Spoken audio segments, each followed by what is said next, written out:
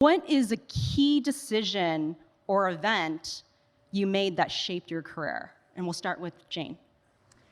Wow. I like to think that there were many sort of twists and turns along the way, but one key decision for me actually was, so I actually worked in finance before I transitioned to tech, and when I was in finance, I did the biggest deals as an individual contributor. Every deal I did was a year-long, 18-month cycle, millions of dollars.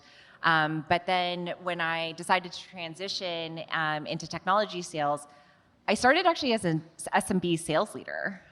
So never been a manager, never did SMB sales. And that probably was the most important decision in terms of giving me, well, one, the management experience, but two, just trying to have a better appreciation of the different types of deals, the different types of segments, the different types of salespeople that you would work with along that. And getting that level of exposure was really great.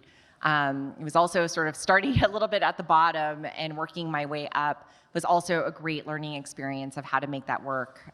So that's what I would say. What about you, LB? Yeah, I might share two kind of pivotal moments, if you will. So the first one occurred when I was at LinkedIn.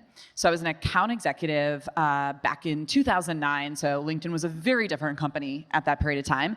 And I'd always imagined getting into sales leadership. And I thought that that would come in the form of running like a SMB or mid-market AE team. And I'd sort of work up from there.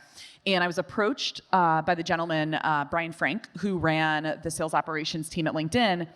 And he came and tapped me and said, hey, would you be interested in building out our first SDR, BDR organization? And my first reaction was like, no. Because I imagined jumping into leadership in sort of a full cycle capacity. And I had just always understood that to be my path.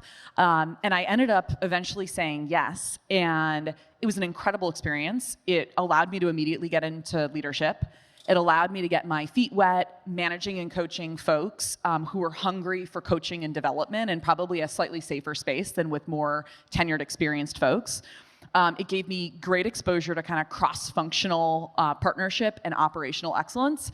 And I also met my husband, who happened to be my co-manager. And we're happily married with 2 kids. So it was a great experience personally and professionally.